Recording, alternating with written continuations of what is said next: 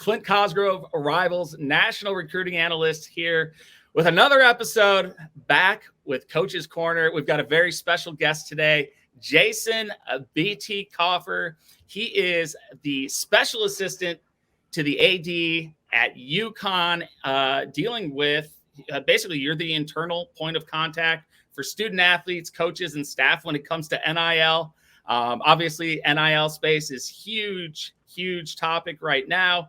I know you're also the bridge between the players and coaches and the collectives, Learfield Sports, Open Doors, Worth Institute, which I want to learn more about.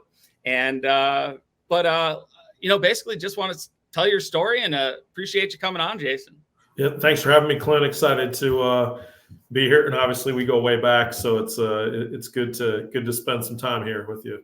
For sure, man. I was so fired up. So I know you have bounced around. You've had some incredible jobs, and I get this NIL newsletter, and I'm always looking, for info on NIL and, seeing who I know in the space. And then there was an article about you and this awesome role that you've taken at UConn. And, I was like, oh my God, because we hadn't talked since you had left Purdue and got to Washington. So I was like, I got to connect, got to get him on the podcast. And just excited to have you on. So let's just kind of roll through your story. I want to, talk about the different roles that you've had. I mean, you've been a jack of all trades. You've been everything from a head athletic director to head of fundraising to liaison to football, basketball, different sports. But it all started as a basketball manager at University of Iowa. And tell me about that. I mean, was this the intended path? And was that your way into it, or did you end up being a basketball manager and that made you say, you know what, this is the way I want to go? Yeah, it's really, it's a long time ago now, but it really, that experience catapulted me down in the direction that I'm, the direction of a career in college athletics. In high school, I decided to go, to attend the University of Iowa, and was really just I think as entering a university as large as that, you don't really know how do you find your place. And knowing that I had a passion for sports, initially, I wasn't sure how do I take advantage of that. I think I kind of in the back of my head had some awareness around the fact that like gaining experience while you're in college, I think especially now that I've been in this industry, you see, I see resumes all the time, I've seen them all the time throughout my career. And in this industry, if you graduate and you don't have, some real experience in the athletic department or maybe interning with a pro sports franchise or something, like that's kind of how you differentiate yourself. And I don't know if that totally clicked for me, but I was just like, gosh, if I want to do this, I need to find a space at the University of Iowa. And just through some really weird happenstance, kind of got some visibility on, hey, they have managers for the football program and the basketball programs.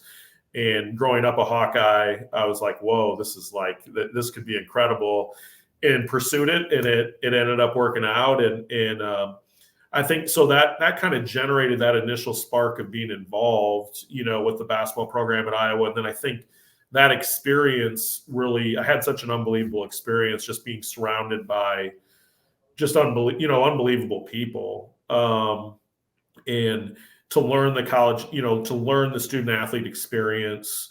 I lived with multiple guys on the team, throughout my tenure as a manager. And it just kind of, as each year progressed as being a manager, it kind of strengthened, like, this is what I want to do. And I ended up interning. I had to do a summer internship to graduate from Iowa. And I ended up going down to the St. Louis Rams and doing a summer internship. And I love the environment. I had a great experience there, but I was like, something drew me back to college, and so, yeah, so, I mean, I owe everything, related to my career path to the University of Iowa, and specifically the basketball program, and Dr. Tom Davis, who was the head coach there. And otherwise there's no way I would have followed this pathway. Yeah, that's incredible. I mean, a lot of people don't realize, sports is hard to get into. And,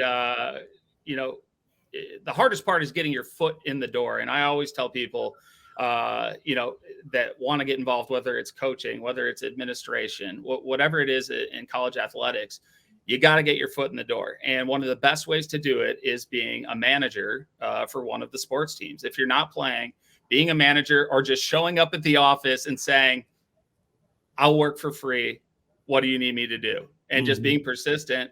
And, I've talked to so many people over the years. I mean, like even, head coaches in the NFL that started off as student managers. And so I really want to get that point across. And it's also a great way to not only get your feet wet, but learn, do I want to be a part of this business? Because it's a whole lot of work to get in it. It's a whole lot of work to stay in it. And if you aren't passionate about it, you got no chance. So, exactly. But it sounds like, and you finished up going to the Sweet 16 your last year. Yeah, it was. We actually got beat by UConn. Oh gosh! When UConn won the national championship in 1999, we got beat in the Sweet 16 by a team that included Clint Elamine and Rip Hamilton. Yep. And it's funny because one of the guys that I work very closely with here, Kevin Freeman, who's the director of our National C Club, our student athlete alumni group. He's right upstairs, and he was on that team. So we've had some pretty good conversations about that game, and so on and so forth. So yeah, it's been fun being here, and obviously the history and tradition associated with the basketball programs here is significant. So, but yeah, it's kind of like, okay, I'm coming back around here, and now I'm on the other side of the fence. So. Yeah, no, I've been there. I mean, growing up as a Badger, playing at Wisconsin, then I end up where we met at Minnesota, coaching there, who is obviously, the longest rivalry in college football with the Axe. So I've been there, and it's definitely a weird and unique feeling, but fun at the same time. So after Iowa, what was your first job? Did you go straight to Arizona State? No, so I did an internship for the St. Louis Rams. Came back to campus at Iowa. Was working in the ticket office, which will make sense here in a little bit. How I ended up where I ended at Arizona State, but then did that just for a short period of time, like a month or two. And then ended up taking an assistant coaching. I was an assistant men's basketball coach at a small school called Luther College in Northeast Iowa, Division III school. Yeah. Probably most familiar with our age bracket from the standpoint of Dave Matthews Live at Luther College, which is the best probably live album that they've ever done. So every time I say Luther College, people are like, I've heard of it. And I'm like, Dave Matthews? And they're like, yes, the Dave Matthews 2-disc set. So spent a year there, and then ended up at Arizona State in the ticket office because the lady I had worked for at Iowa took the job at running the ticket office at ASU. And that brief amount of time experience in the ticket office took me out of the coaching piece and into the, kind of the administrative pathway. It was funny because we played, like I mentioned, we played UConn in the Sweet 16. That was in Phoenix. And that was the only time I'd ever been there. It was March. It was like 70 degrees, shorts, T-shirts. Dream come true. So I take the job. I start July 1st. So I'm driving from Iowa out to Phoenix, stopping Flagstaff, because everybody's like, oh, the heat in the summer it's brutal. So I stop in Flagstaff, and I'm like, to get gas. And I'm like, this isn't too bad. And then I drive down into the valley, and I pull into the airport Hilton, and I open my door, and I'm like, oh my God. Like, it's like opening an oven. It was 117 degrees the day that I moved to Arizona. So it was funny just seeing the contrast in that. But yeah, started at ASU and, started off, I got paid $8.60 an hour in the ticket office. I was like a part-time. I mean, I could work 40 hours a week, but I was getting paid hourly. And then got promoted to assistant director of ticket operations pretty quickly. And then the lady that hired me decided to go back to Iowa after about a year, and I was elevated to director. So I went from basically making $8.60 an hour to being director of ticket operations in like 14 months. And from there, moved over into development. I was in the ticket office for like 2.5 years and was respected, I guess, by administration and the donors. And they moved me over into development, which started kind of a career pathway into development. So, yeah, it was, I mean, there's not a, I'll tell you this, and I know you know this from experience, there's not a better place to live in your 20s than Scottsdale, Arizona. There's no question about it. I'll jump on a different podcast and argue that with anybody for like an hour. You know what I mean? So, hey, I'll be right there with you because as long as you can survive it and come out, it is. I mean, a lot of my friends still live there. Spend a lot of the winter down there. Well, typically did in the past, but no, you can't beat Scottsdale, can't beat Phoenix. And I always tell people, you know, I grew up in Wisconsin and live in Chicago now. I will take 120 over snow and ice and car accidents and shoveling and all of that. To me, 120 is a lot better than -40. So I'm with you on that, and you know, probably need to have my head checked. It needed to have my head checked because I moved from Arizona to Minnesota, and was the 20 below. I grew up in Iowa, not far from the Minnesota border, but I'm telling you, there's like a line of demarcation somewhere in there where there is. It's I don't know, because I grew up in Iowa, it didn't get that cold, and I was like 3 hours south of the Twin Cities. But once you get to Minneapolis and north, the winters are brutal. And I don't know if you remember, you know, when we were in the Bierman building, you know, as you remember, and I got there in August, so it was fine for the first few months. But then because I got there so late, they gave me a parking pass in a structure down by the hockey arena. Oh God! I felt like somebody was punishing me because I had to walk back and forth in 20 below weather, like that 4-block, 5-block walk. You know, the wind, you know, the wind used to whip through there too. Oh yeah. Yeah. And so I'm like, what am I doing? You know, like, what am I doing? And who's punishing me from up above right now? Because so eventually they found me a better parking situation after a few, because I was leaving too. I was in fundraising, you know, I was in the development office. So it wasn't like I was coming in at 7 a.m. and leaving at 5. I was coming in at 7, going and doing a lunch, you know, with a donor. So there was like, you know, 3-4 trips back and forth from the parking structure every day, you know, in the winter. And I'm wearing the Sorel boots. I bought one of the from North Face, you know, one of those like Russian style hats. Oh yeah, you got to go Russian style. Yeah, I mean, I paid like $100. You know, I wasn't making that much money. I paid like $125 for this hat, and I was like wearing it, you know, like all pulled down over my face, and it's a must-have. Yeah. Yes. So it's funny because after I left and went to West Point, my current AD here at UConn, David Benedict, I was with him at Arizona State. And then he ended up at Minnesota after I left.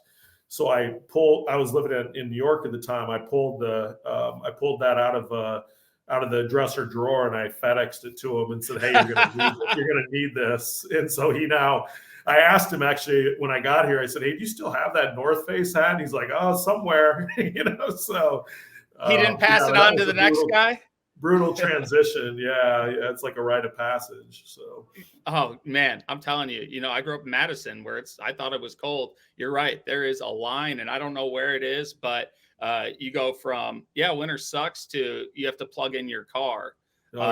So it doesn't freeze. So, and you're lucky you got a parking spot. I did not get one. Oh. And so not only was I walking back and forth, I was getting tickets and towed at the same time. So that's like part of the other deal with like you're, you know, going up through this college athletics vertical, right? Like there's not everything's always handed to you. I know sometimes it seems like sexy and glamorous from the outside. And you know, especially coming up like in the early stages, you know, of your career. Yeah. I mean, the hours, you know, that you're putting in, you know, the stress that comes with some of these positions. And like, you know, it's a journey, you know, and it's not all, fun and games the whole time. Sometimes you find yourself it's 30 below and you're walking 6 blocks, looking like the Stay Puft Marshmallow guy. So yeah, questioning every decision you made in your life up until that point. Yes. What did I do to get myself here? Yeah. And then at Minnesota, you were also part of, building a brand new stadium, because I was on the football staff. Amazing stadium. TCF, is it still TCF Bank Stadium? It's something different now, actually, but I'm not sure I can tell you exactly. I think it's another bank, but I can't remember. But so you did a bunch of fundraising for that, and seat sales, and how did that lead you? Because you were Minnesota where we met for 3 years, right? 3 years. Yep. And then to Army West Point for an associate AD job. Yeah. So at Minnesota, I was. So yeah, you hit it. I was in the development office. I was doing some major gift fundraising. Was involved in a lot of the operational elements of opening the stadium, because a lot of the elements were donor facing, like the club room. How are we going to park people? Where are people going to park based on donation level? The seating models, and then I oversaw the annual fund and then sold $5 million worth of premium seating, so the suites and club seats and all that, but.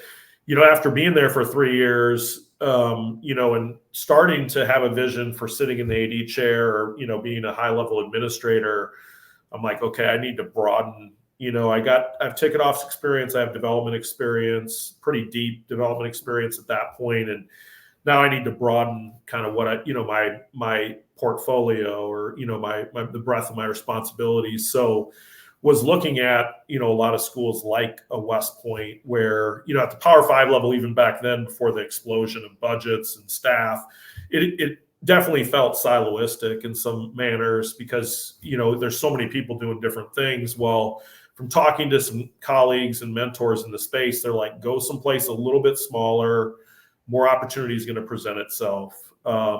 So landed at Army as Boo Corrigan, who's the AD at NC State now, is his first hire, and had an unbelievable experience working with Boo. Went there originally to oversee development, ticket operations, ticket sales, and it really kind of exploded into all of a sudden I was overseeing 14 of the 28 teams. I was overseeing corporate sponsorships. I was overseeing internal operations where I had lieutenant colonels reporting to me. That journey was significant, and the advice that I've been given to kind of go into that more mid-major space was spot on. And just, it's a special place, the history and tradition. So it was like a crazy added bonus to it, but just the ability to kind of branch out and expand again that breadth of responsibility was. It was a significant 4 years in my growth as an administrator. Yeah, it's such a obviously iconic and important place, and I've heard nothing but great things about West Point and Army, and obviously it's one of the best educations in the world. And like you said, you're dealing with generals and they're coming to you, and I can only imagine that. Because you're pretty young at the time too. How do you tackle all that responsibility? Because you were probably dealing with a lot of things that you had never even thought of before, and you're supposed to head them up. How do you go about that?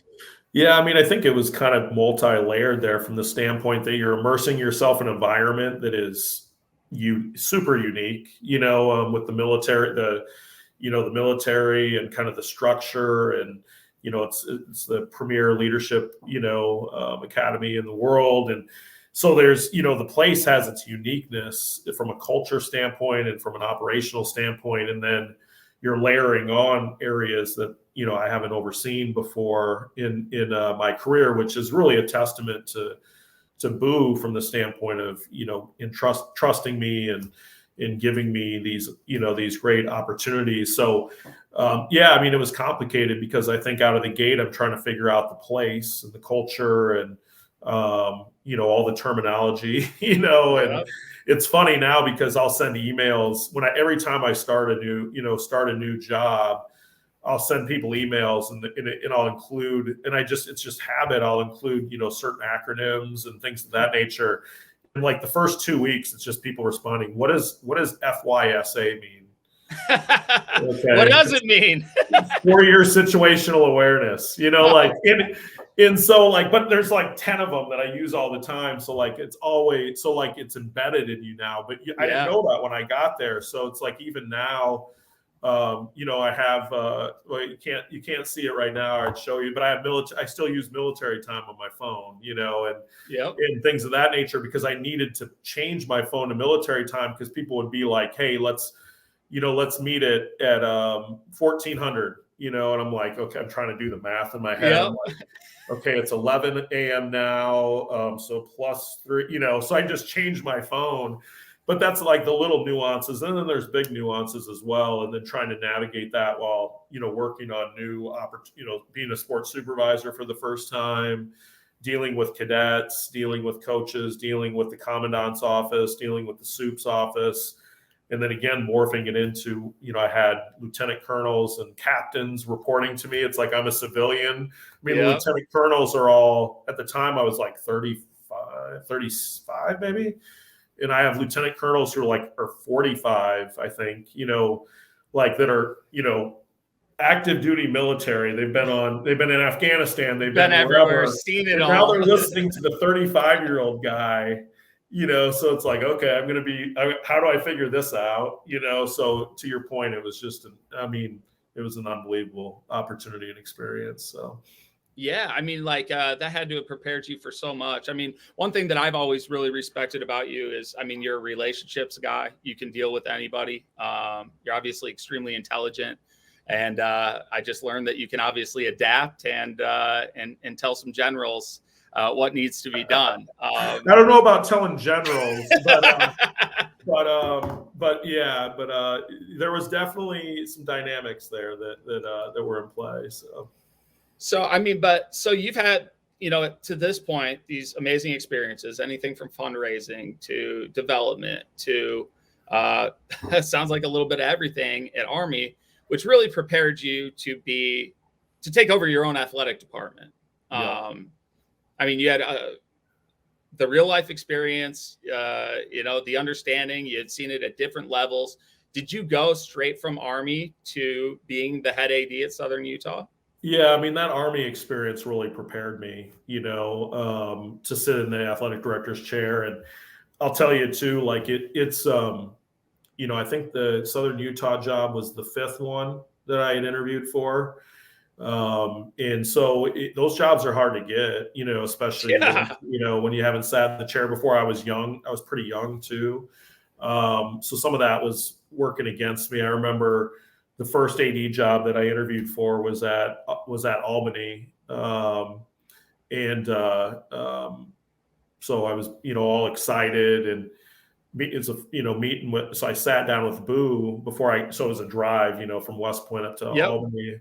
So I was in Boo's office, and he'll probably wouldn't love me saying this, but it's funny, to rethink about it. But so I'm sitting with him. I'm all excited. I've been preparing for 4 days. I got my binder. I'm ready to answer any question that I could possibly be asked. And I'm all like chest out, pitch forward to make this drive up to Albany. And he's like, "Are you nervous?" Or I said, "Yeah, I'm a little nervous, but I think I'm prepared." And he's like, "Okay, well, don't be nervous, because you're not going to get it anyway." And I said, "Excuse me? Like, thanks for the vote of confidence." And he's like, "Nobody ever gets their first one, that they interview for." And actually, he's a very honest and direct guy. I look at him like sounds like it to me. Yeah. And so I'm like, I was kind of pissed in the moment, but then in hindsight, I'm like, it did put me a little bit at ease. I was like, oh, really? Like, I'm not going to get this job? Like, so I kind of just went in there. I just spent 40 hours preparing for this. Yeah, so so it was funny, because I think I walked out of there probably mumbling under my breath, and he was exactly right. These jobs are hard to get, and when in that example, I went into a room and sat with 12 people, and you had coaches, you had the faculty athletic rep, you had somebody from the university administration. It's hard to you don't know how to navigate that.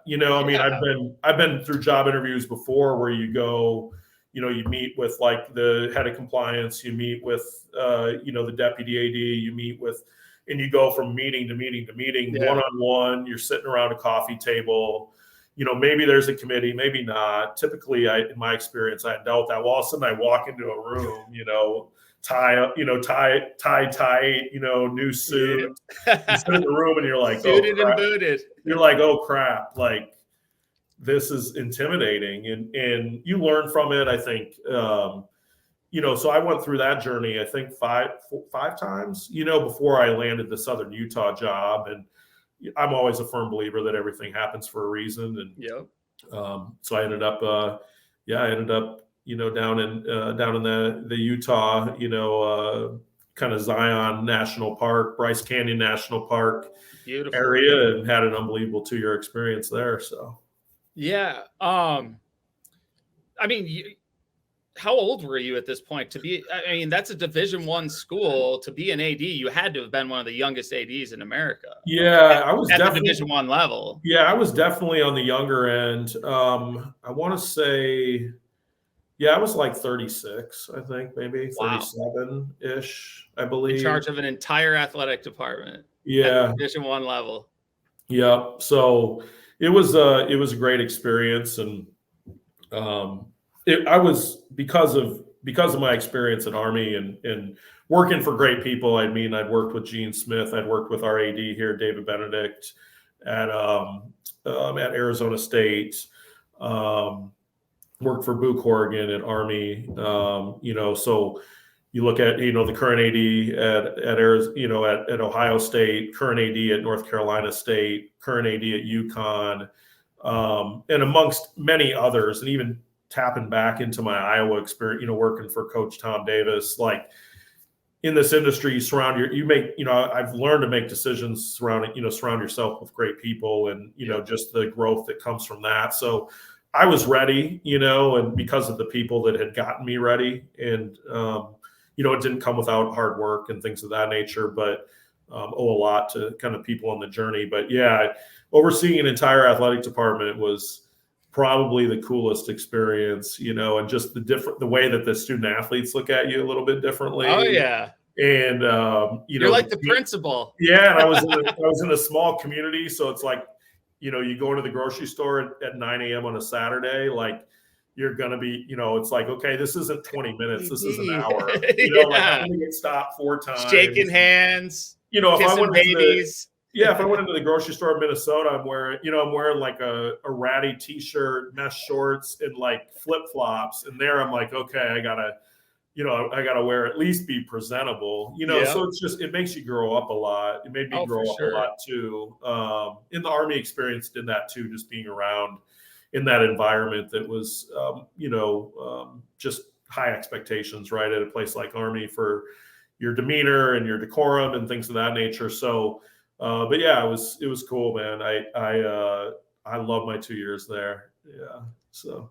What now, obviously, I mean, Utah, that's a totally different cultural experience. And, but what are some of the biggest takeaways that you had in your first, just running everything? And, obviously it was a great experience, but what are maybe one thing that you expected to happen that didn't, one thing that you didn't expect that did, and your biggest takeaway and the thing you love most about your time there? So I think a couple things. So the first being, so I went in with a plan, right? Because like for some of these AD interviews, they ask you, what's your 60-day plan? What's your 90-day plan?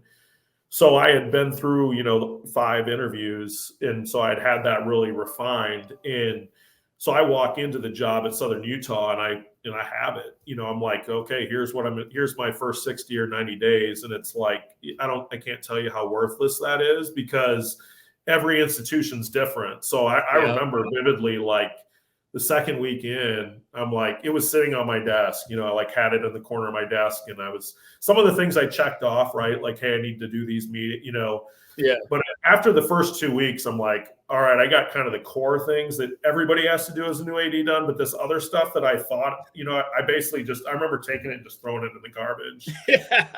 and because it's everywhere is different, and like to think you can walk into a job like that in an environment you don't know, with that has a lot of different dynamics and like have some script for it is total BS, like, so I remember throwing that away. I think I also vividly remember the first time I met with the president. So I think it was week 2.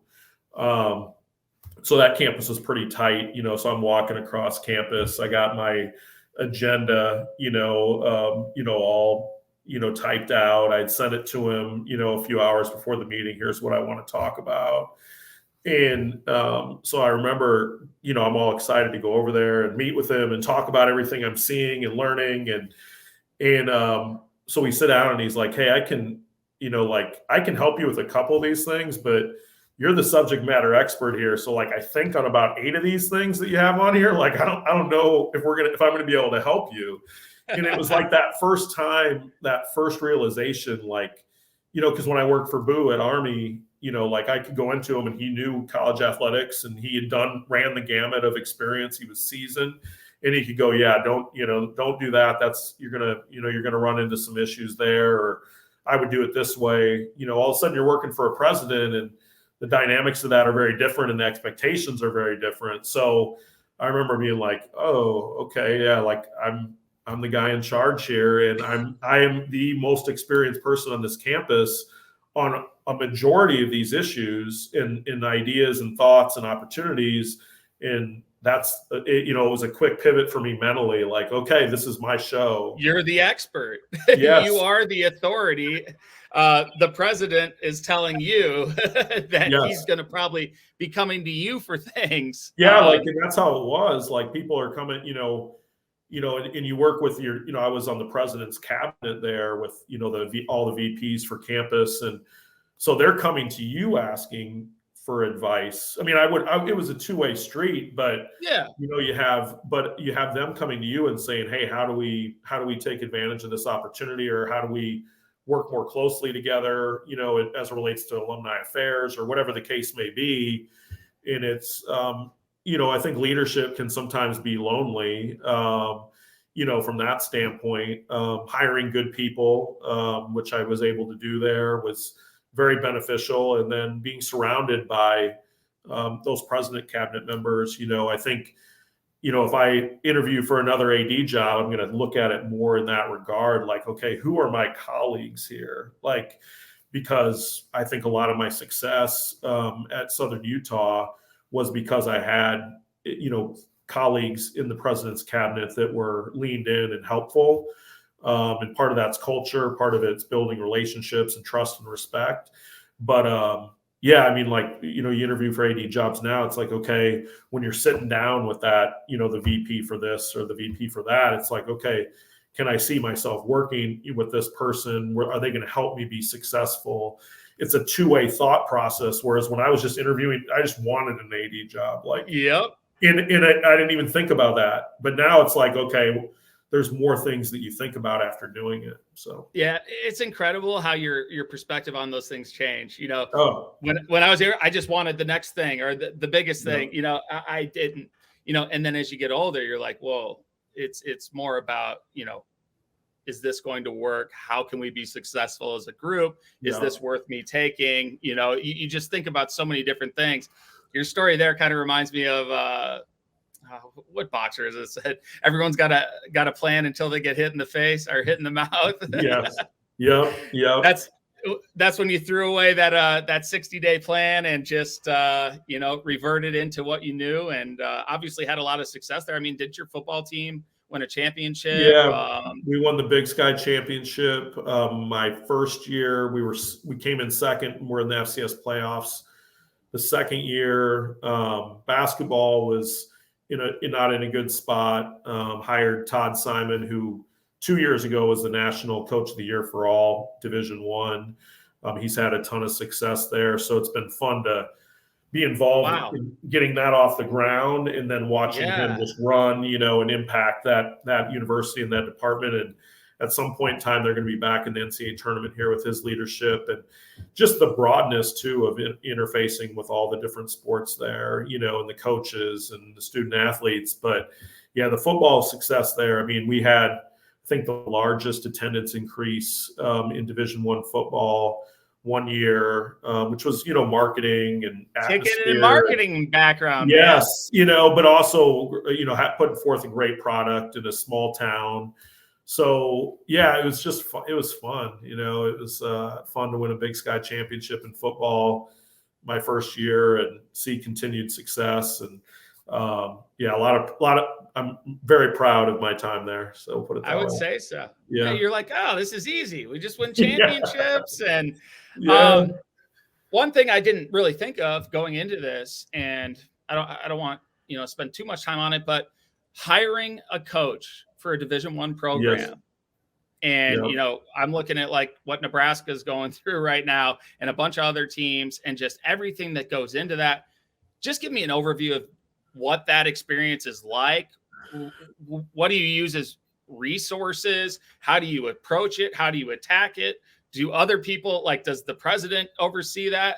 How does that all work at the Division I level? I think it's different everywhere, and I think, again, it's one of those where understanding the environment that you're in and what's important. I was leaning, I'll be honest, in some regards, I was leaning hard on the chair of our board of trustees at Southern Utah because I respected him. He's just one of the sharpest, smartest guys that I'd ever been around. And so I was bouncing a lot off of him, and then using my, Andrew Parrish, who Stan Parrish's son. I don't know if you probably know Stan. He was at Minnesota too with us. Yeah. Was leaning hard on him to do a lot of research. The beautiful thing, related to going through a football search, because I did after my first year, we went through a football search because Ed Lamb went up to BYU. So, Andrew was helping me with all that. And he was obviously very well connected in the football world. So we partnered strong on that. And then we're kind of leaning on the chair of the board of trustees just for additional assistance and, a thought partner, on some of the candidates. But it's even at a place like Southern Utah, it's crazy. Agents hitting you up, people that I had worked with 15 years ago, hitting me up. You're getting hit from all angles. And we didn't use a search firm because we couldn't afford it. I would have preferred to use a search firm because that would have created a little more space probably. Yeah. But I remember I went to the Rose Bowl that year because Iowa was in the Rose Bowl. And, so New Year's Eve, I'm, out in LA having a good time with some friends. And, the next morning, my phone, at 8 a.m. on New Year's Day, my phone's ringing from people. Oh, that's exactly what you want at 8 and it's so you're getting hit from every direction at any time. There's no boundaries. Everybody's trying to get their cut, their moment to add, add somebody to the mix. But to get back to your original question, I think it's research, really connectivity, having a lot of conversations with a lot of different people. And I think even before you do that, it's identifying kind of the tenets, where are we at? What do we need? We had a Big Sky championship program. I'm not looking for somebody to come in and let's continue to ride, not looking for somebody that wants to come in and just tear everything apart. I want somebody that can continue to elevate where we're at, use some of the same principles. So kind of defining those tenets and being really securitized in them, because there's a lot of distractions. So I think the tighter that you can keep your vision on this, on a search, the better. And then branching out from there again and, just talking to people about character.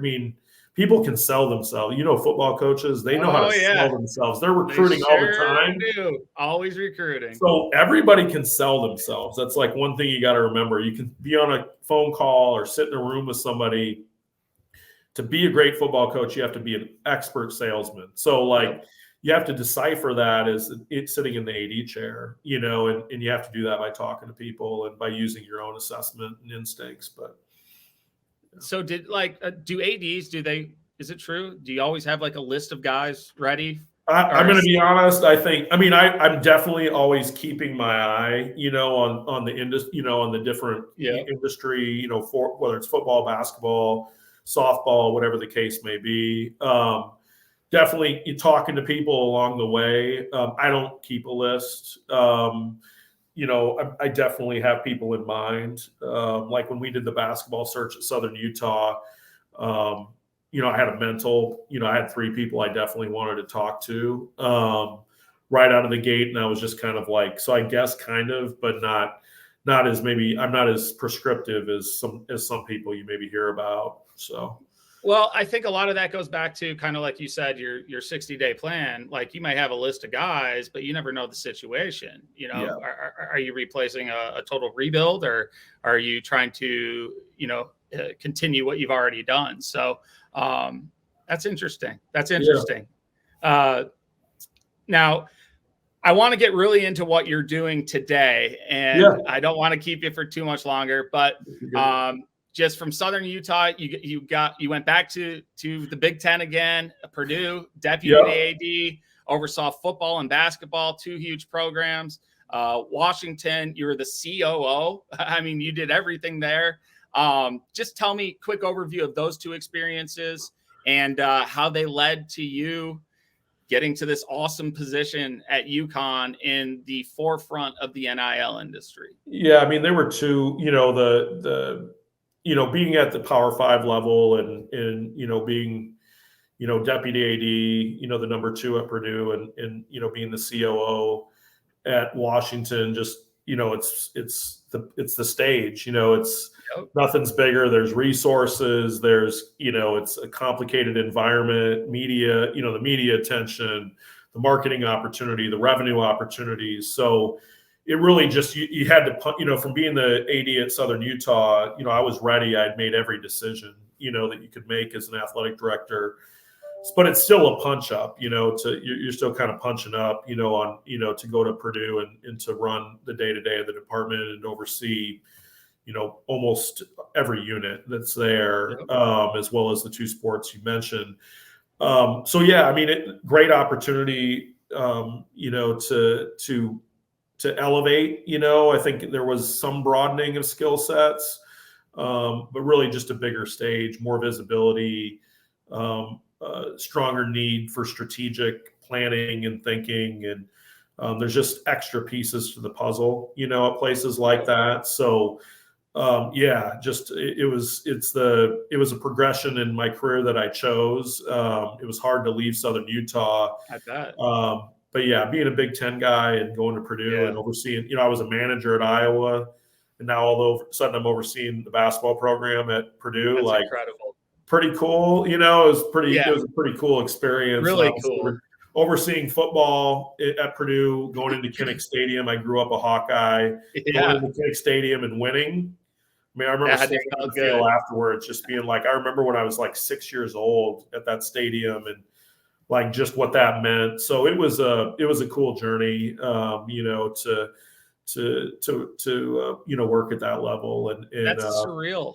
I mean, you had to have been like, maybe the dream wasn't to beat Iowa in Kinnick, but I am living the dream right now. Like, it's pretty cool. Yeah. I mean, it was there was a lot of moments there. We were undefeated against Iowa in basketball when I was at Purdue. I think we were 2-1 against Iowa in football, if I remember correctly. So yeah, I mean, it's just, it comes full circle. And, I think about, I remember my first year as a manager at Iowa, water bottles, towels, video, exchange. Yeah. And now it's like I'm helping our basketball program at Purdue make strategic decisions. And we were 1.9 seconds away from going to the Final Four. It was just, I mean, it's part of the journey and it's what keeps you doing it. There's a lot of reasons that keeps you doing it, but just those cool moments, they just add up into something much bigger. I mean, there's days that are tough in this industry and it's complicated, there's a complicated ecosystem and a lot of challenges associated with these jobs. But also there's a lot of days where it's like, this doesn't feel like work. And how many of my friends, can say that? Not very many, work's work, but there's days where, you beat Tennessee and Louisville to advance to the to the Elite Eight, like, I'm going to be honest, that didn't feel like work. I mean, I was exhausted mentally and emotionally and whatever, because it was a dogfight. In the best way possible. But it was like, whoa, like, I just got paid to be here, like. That's incredible. It's incredible. So that's incredible. Yeah. But yeah, let me, now here at UConn, the NIL space is obviously emerging, and I think it's here to stay. And it's, what you look at, the way I look at it is we have a development office here at UConn. There's like 10 employees over here, or 10, 11, 12 employees over here. Like, NIL is going to get there, like as far as like, this is the next merging department you're at the forefront of it. Yeah. And so to be at the forefront of it has been a really, one, to reunite with David Benedict, and who I've known for 22 years, who I respect and trust at the highest level. It's just been, it's been amazing to be reunited with him, and then to be at the forefront of, I compare NIL to COVID. Like, all right, what's the next variant? Like, it's changes all the time. Yeah. It's unpredictable. Like, sometimes it feels like the only knowns, as it relates to where this is going, are the unknowns, which was totally my COVID experience. I'm like I oversaw sports medicine at UW when I was there at Washington. So I feel like I'm using this. I don't know what part of the brain it is, because I'm not that smart. It's your new medical part of your brain that I'm using that's like similar to going through COVID, to overseeing sports medicine at UW during COVID. And to be at the forefront of it, to be, operating at, we have probably over a dozen people here that in one way, shape, or form are working on NIL. So to kind of run traffic on all that and create structure and strategy, working closely with student athletes, working closely with coaches, and then some of the external elements of it are, it's every day is different. And, just to see it, the impact that this can have on the lives of our student athletes is, it's been fun. So, yeah. So like you said, it is, that's a very, I think that's a great way to put it. It's, you're navigating something like COVID that has never been navigated before. It was going to happen sooner or later. And, and now here we are. And so, I hear about NIL so much. I talk to a lot of highly recruited players who are very involved in the NIL discussions, and will be making money at the college level, as they should. They will profit off of themselves, as colleges have for years. But I never get into the nitty gritty really with them. I don't ask, what are you getting offered, or how does this work, and all of that. But really leading the way with this. You're dealing directly with, Learfield and Open Doors, for those who aren't familiar with it.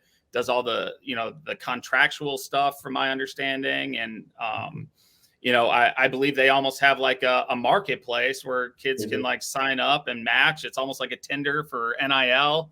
At the same time, it just has, and Blake Lawrence is the one who started that. He played for us at Nebraska when I was on staff there. My dad recruited him, actually. What do you see, I guess, where do you see NIL going? Obviously, it's going to be a very important thing. And how important is it, when it comes to your recruiting efforts, to field really competitive teams at a school like UConn? Yeah, I think it's becoming the most important, or one of the, for depending on the sport, but it's an important, very important piece of the puzzle related to recruiting. And I think what, the goal is of all probably all athletic departments at this point, but the way that I see it is, opening up different avenues of opportunity. You have the collectives, you have group licensing, you have the Open Doors marketplace, which we're about to launch here.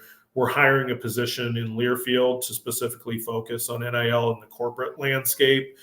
So really trying to create as many avenues of opportunity that for our student athletes. And really, to me, it's, because you can't, in the recruiting process, it's extremely important, but inducements are off the table, Yep. so it's really developing a track record that you can point to that says, this is what we do here, this is how we do it, and this is the success, associated with it.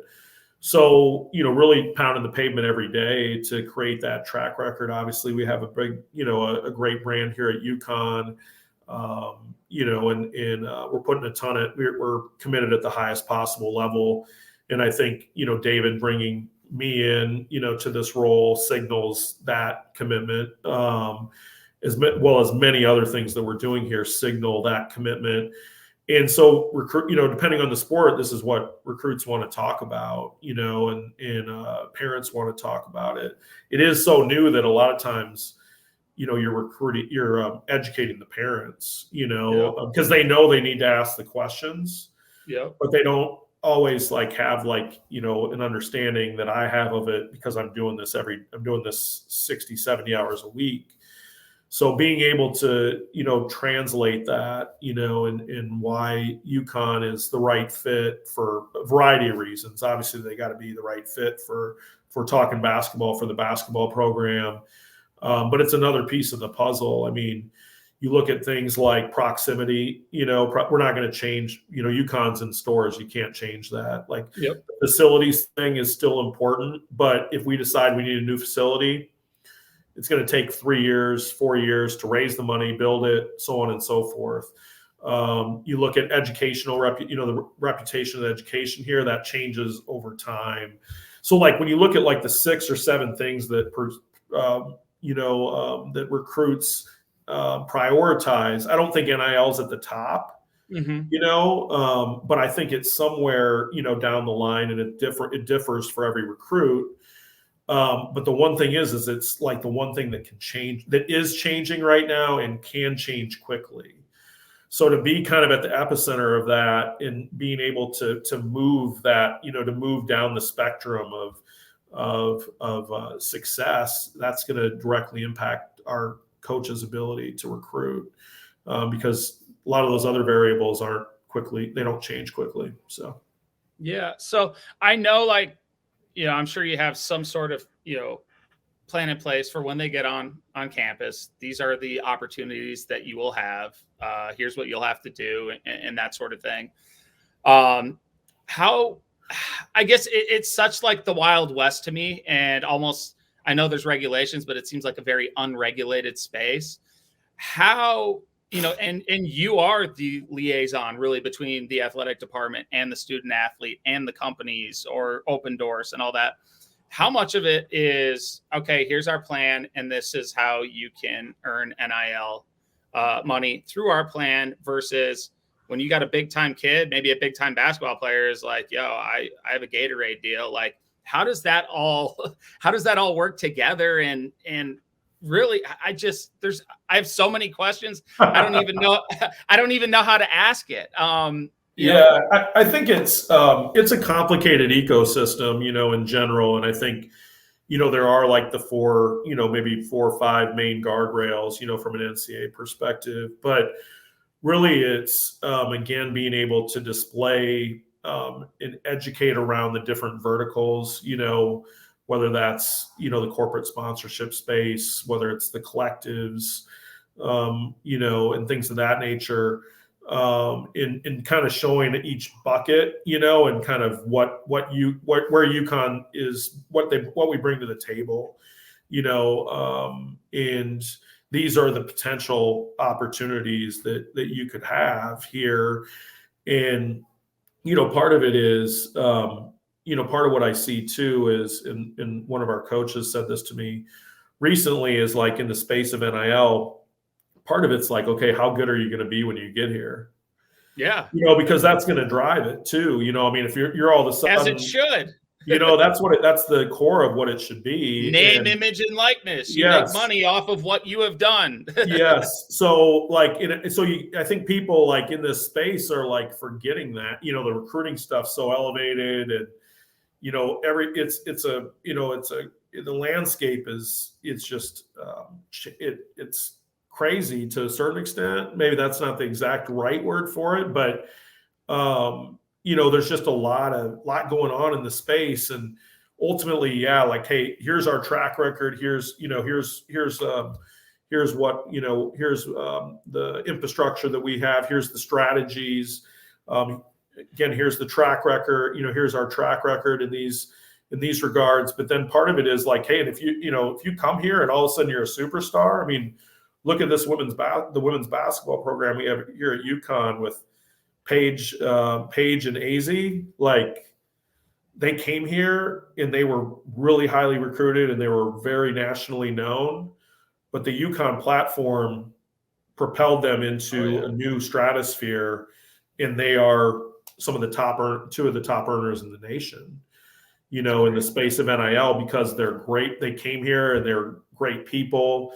They're great athletes, and they're thriving and elevating themselves in this environment. So, there's the baseline of opening opportunities and creating structure and strategy, and that really is the platform to step on. And then you come here and you be great. Like, the sky's the limit at a place like UConn. Yeah. So, I mean, that's incredible. Obviously, if you're a top women's basketball player at UConn, there's an opportunity to get paid. And I think too, like, one thing, I'm sorry to interrupt you, but the one thing I've mentioned, like, the cool thing about here at UConn, and I'm not on this podcast to promote UConn by any stretch. But you should. It's a great platform. Yeah, it is. I guess that's what we're doing to a certain extent. I think so. UConn is we're in the state of Connecticut. We are the flagship. We're the FBS school in the state. We're the big state school. The only other, so we're between Boston. You got Boston, you got Hartford, you got New York City. So New York City. You're talking about, with men's basketball and women's basketball and some of our other sports, we're the premier. We're the premier program in the Northeast. And being in the state of Connecticut, where we only have the WNBA team to compete against, as far as like when I've been at other schools, you've been at them, right? Where you're in a metropolitan environment, Minnesota. And this player at the Vikings or this player at the Mariners or whatever the case may be they're the show, right? In the state. And here, UConn is the show in this state. And so the conversations that I've been able to have in the interest surrounding NIL, I don't feel like I'm in this competitive landscape. With where I'm fighting against 5 pro sport franchises, I just got to get out and educate people on NIL, because we've been telling people for, I don't even know how many years, let's call it 60 years or 50 years, that you can't do this. Yeah. Like NCAA forever was like, you can't do this. Like, it almost feels wrong.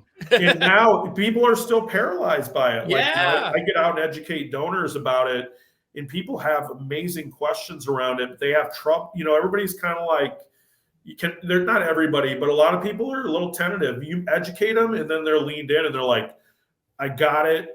Yes. Whether that's companies in Hartford or donors, that own companies or whatever the case may be.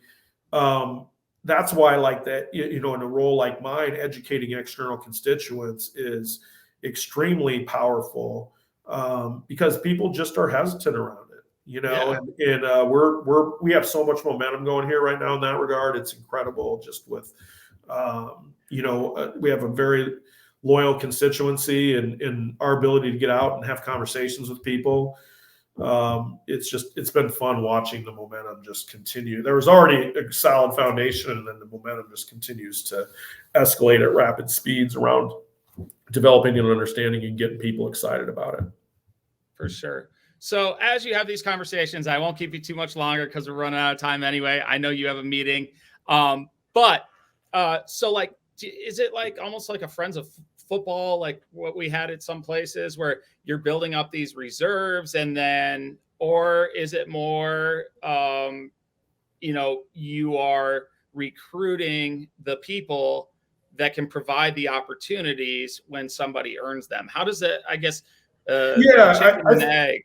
Yeah, I mean, I think it's getting out, kind of that education process of what are the avenues. Like we're gonna launch the Open Doors Marketplace, which I think has a business component. Businesses can go in there and look at different student athlete opportunities. I think it also has a strong fan facing element for student athletes doing cameos. I'll attend a birthday party. Yeah. Things of that nature. So I think there's like so many, us having the constructs of different avenues. The conversation's different depending on, I'm talking to a business owner. When Blake was here 2 weeks ago. Blake Uh-huh. Lawrence from Open Doors, and myself and him and David Benedict went down to Hartford, and Learfield put together a full room of people. And you're explaining how student athletes, again, in the state of Connecticut, being some of the most visible people in the state, can help partner with your brand to elevate your marketing, or to come out and do appearances, or in some instances charity, doing stuff on behalf of that company, maybe in the community, or whatever the case may be, to having conversations with donors that are really interested in the space and want to understand how the ecosystem's shifted, and the different avenues that they could potentially support student athletes within the confines of the NCAA rules, and things of that nature. So I think the conversations are very diverse, to answer your question. And Uh-huh. it's target audience specific. And but just getting out and being visible. I've been on the 2 football road trips. We've taken donors to donors and sponsors to every one. So I'm sitting in the lobby, explaining to people where we're at and where we're going. And we've had some other opportunities to get in front of broader groups. I've also had individual Zooms. I mean, did a Zoom 2 weeks ago with one of our guys that's in another country, with a significant time difference, that's interested from 12 time zones away, type deal. Yeah. And so it's been all over the map, and that's what I love about this current deal here, is that you're getting people excited. I mean, it's getting back. Like, I think my role here in the department is the perfect intersection of the responsibilities I've had in the past. I mean, I came up through fundraising, so I'm dealing with donors, right? I oversaw Learfield at Army, at Purdue, and at Washington.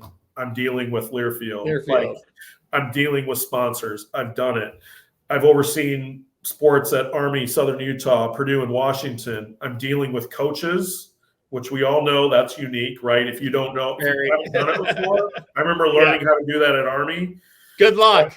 I've dealt with coaches. Like, I've dealt with a lot of personalities, and so I deal with coaches. I've been a sports supervisor. I've dealt with student athlete issues. I've been on road trips. I mean, I even tether back to my experience at Iowa 22 years ago with the basketball program. Like, I mean, I've been immersed in it before. So, like, I just love the intersection of all my past experience related to stepping into a very dynamic ecosystem with a lot of different priorities. And so, yeah, it's like, it's fun to be able to use some of those skill sets, but to really try to execute upon a vision and a mission here.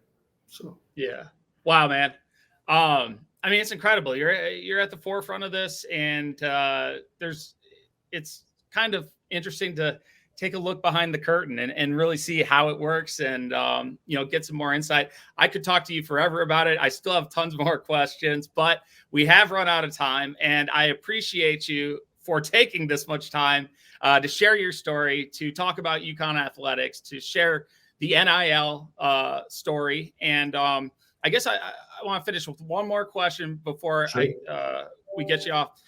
Just as far as the importance of NIL and the future of college athletic programs, do you think, well, I don't know how to phrase this, I guess, what is the future, where it's headed, the direction it's headed? Mm-hmm. How important is NIL and the infrastructure in place like you have at UConn going to be to the overall success of a program? Is it going to be impossible to be a premier program without some, a full department dedicated to NIL? Or are there going to be ways to navigate it without NIL moving forward, do you think? I think it's trending that way. I mean, obviously, how we can be involved, like I look at like a development shop and the way that development has exploded, fundraising has exploded at different campuses, as the facilities arms race, was heated up, since we last worked with each other in Minnesota. You think, how it's just even exploded since then. And that was not that long ago. I guess in some regards it was a while ago, but it doesn't seem that long ago. It doesn't seem like that long ago. It was like 13 years now. we were having Jack and Cokes at a bowl game. That we, it, man, in the lounge. Yes. The good old days. Yes, exactly. So, you look at like how development's exploded and how development staffs have exploded because it's competitive, right? You're trying to raise a bunch of money to put forth a new soccer facility, or, trying to renovate your basketball facility, or whatever the case may be.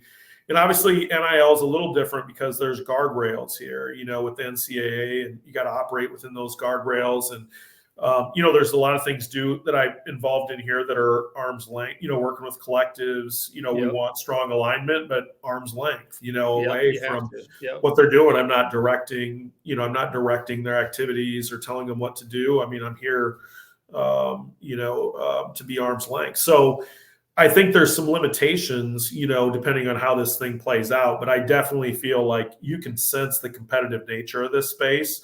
And to me, when you put A plus B equals C, competitive nature equals explosion of people, resources, that are going to be jumping in here. And that's what I'm excited about. To your earlier point, is being at the forefront of leading, the NIL efforts here. This is going to, in my mind, explode, and it's going to emerge and broaden, again, within the confines of the NCAA, guidance and rules. But it's coming. I already am talking to some of my, my peers. People are hiring multiple positions, and I feel like we're just getting started. Yeah, it's coming. So. We'll all buckle up for the ride, but I'm excited that I'm at the front, that I feel like I'm at the front of the bus. So. Oh, you definitely are, man. I was so fired up when I saw you in the NIL newsletter, and then I went and started reading all about you and what you're doing, and it's incredible things. And it's funny, a few years ago, we would have never thought that there would be a paid position that is of this importance about paying players, it's incredible. And I know there's a lot to learn, and it's constantly evolving. But I'm sure when I check back in with you, and even 6 months, a year from now, it's going to be so much different. So much is going to be learned. So much is going to be navigated. And I'm excited to follow your work. But Jason, can't thank you enough for coming on. This has been incredible. You've provided a lot of insight. Thank you for sharing your story. Thank you for telling us more about NIL, UConn athletics, and a million other things, man. But congratulations. And like I said, look forward to watching you moving forward. Always great being with you, Clint. Thanks for the opportunity. And we'll look forward to staying connected as we continue this journey. For sure, man. You have a wonderful day, and enjoy those meetings. All right. Thanks, Clint.